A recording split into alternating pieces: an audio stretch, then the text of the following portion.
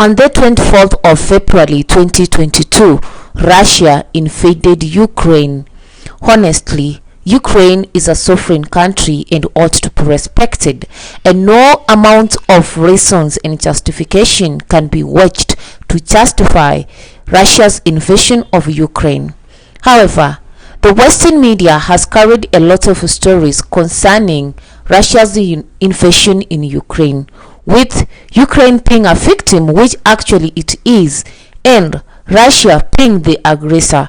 However, we should not forget the role that the NATO and the European Union are playing in this particular war, and because of that, then we need to go back to history. The CSTV has traveled back to history to bring you the rivalry between NATO and Russia all the way from 1945, when the Second World War ended. Stay tuned and have a true and real.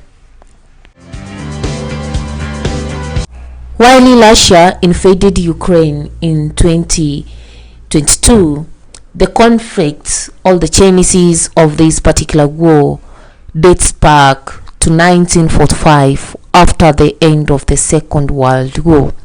What followed was a war of propaganda between the USSR, that is the Soviet Union, and the United States of America. At that particular time, the world turned to be bipolar, with the Soviet Union and the USA being the world powers. This is the period that is normally referred to as the Cold War. While this war was full of propaganda, we cannot assume the fact that we had physical fighting in other locations that were not necessarily within the USA or within the USSR. After the Second World War, there was always fear of aggression because of what Germany under Hitler had already done to spare the Second World War. As a result, the USA wanted to take caution, and accordingly, in 1949, the North Atlantic Treaty Organization, normally called NATO, was formed. The NATO was founded by the USA, Canada, and several other Western European countries, which included Belgium, Canada, France, Italy, Iceland, Netherlands, Luxembourg, Norway, Portugal, the United Kingdom, and the USA. The aim of this organization was to offer a collective security against the Soviet Union and any other aggressive country that could attack any member within NATO. The formation of NATO implied that if one country was attacked, then all other members within NATO could stand to protect this country. This basically implies that if you attack one country within NATO, then you have attacked all countries within NATO. Usually the world being a bipolar at that particular time, and the USSR being one of the superpowers, it wasn't comfortable with the formation of NATO. For it saw that one as a security threat, and as a result, in 1955, the USSR formed the Warsaw Pact, together with other Eastern European countries such as Romania, Hungary, Poland, Albania, Bulgaria, and East Germany. The aim of the Warsaw Pact was to provide a unified military command and collective security to member states. Like in NATO, if one country within the Warsaw Pact is attacked, then it implied that all member states within the Warsaw Pact have been attacked, and therefore they will respond in unison to protect their member states. NATO and the Warsaw Pact continued their operations until 1989, when one major significant thing happened in the history of Germany. In 1989, the Berlin Wall that separated East Germany and West Germany collapsed. Remember, Western Germany was part of NATO and East Germany was part of the Warsaw Pact. At the reunification of Germany, something significant happened.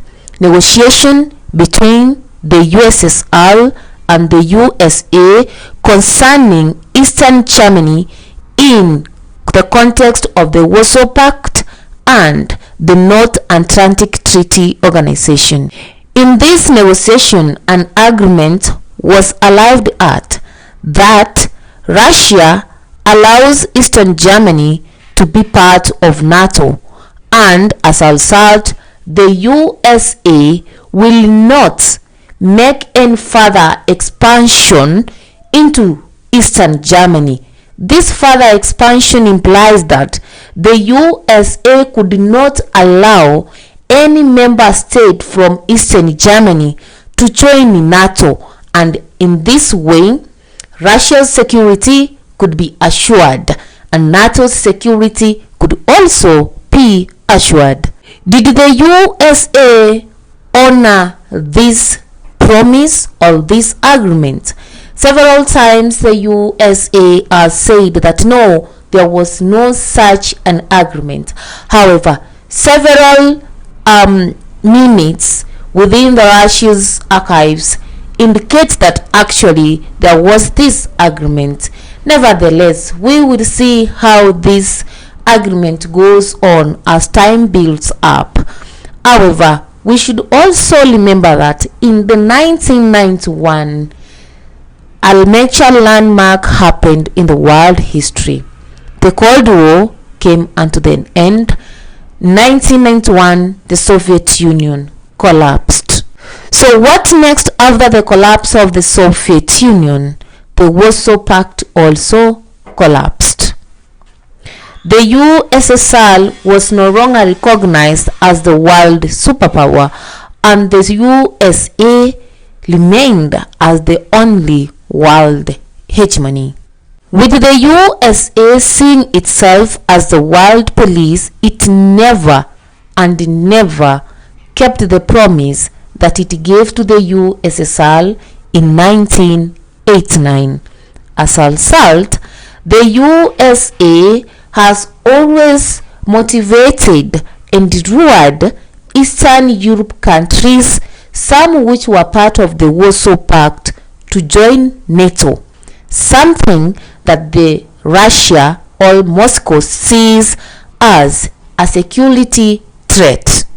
NATO expanding eastwards towards the locations that Russia values in terms of its military strategy is actually termed as aggression and a threat towards Russia.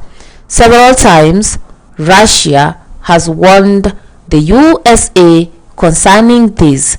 However, the USA has maintained that it does not have the power to stop any Eastern European country that wants to join NATO. Key individuals from the Western side have also warned against this expansion.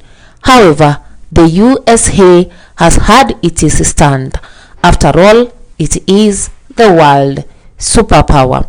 This is the conflict that actually Ukraine has found itself in. Ukraine wanted to be part of NATO and a part of the European Union. Ukraine is very close to Russia. Remember, before the collapse of the Soviet Union, that is before 1991, Ukraine was part of Russia. We have Russians in Ukraine and we have Ukrainians in Russia, especially towards the eastern border of Russia, the Donbas region. Now, the fact that Ukraine wants to be part of NATO and the fact that the USA is motivating Ukraine to be part of NATO poses a security threat to Russia, and this explains why Russia is fighting NATO using Ukraine. Ideally speaking, Ukraine is a sovereign country and it has every right to choose in which organization or in which treaty it should be a member to. However, the Western countries should not behave as if they are innocent in this conflict. No amount of justification should be given to justify Russia's invasion of Ukraine. Honestly, Russia has interfered with the sovereignty and the respect of power and authority in terms of its invasion of Ukraine. However, let's not the Western behave innocent, because honestly, the war in Ukraine is not a war between Russia and Ukraine. It is a war between the USA and Russia, only that Ukraine is a battlefront. So what should be done to bring this war unto an end? First, it should be accepted that 1. Russia is wrong in the context of its invasion of Ukraine. But it also should be noted that NATO and Western allies also have to play in this particular war, and they have to take responsibility. Perhaps coming together of NATO, Russia, Ukraine and European Union to employ diplomacy or negotiation concerning the treaties that they have historically signed and agreed upon will solve this conflict. Russia has to be assured of its military safety and strategic significance in this particular conflict. Ukraine has to be assured of its sovereignty and be granted compensation of the atrocities and ramifications that the war has caused upon its soils, its people, its property, and its progress. The USA, NATO, and European Union should come and take responsibility for the atrocities and the conflict that has taken place between Ukraine and Russia. So basically what I'm trying to say here is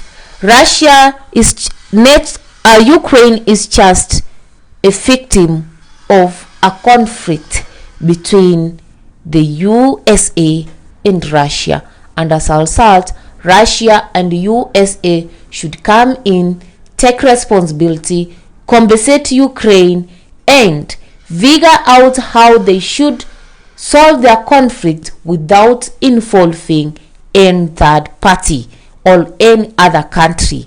That implies that the formation of NATO should be revisited. The membership in NATO and its objectives should be revisited, taking into consideration the military and security safety of other countries both in Western Europe and Eastern Europe. The CSTP Havitro and Real signing out. Remember to subscribe and share this video. We meet next as I tell you why did the European Union stop Ukraine from becoming a member amid this particular war.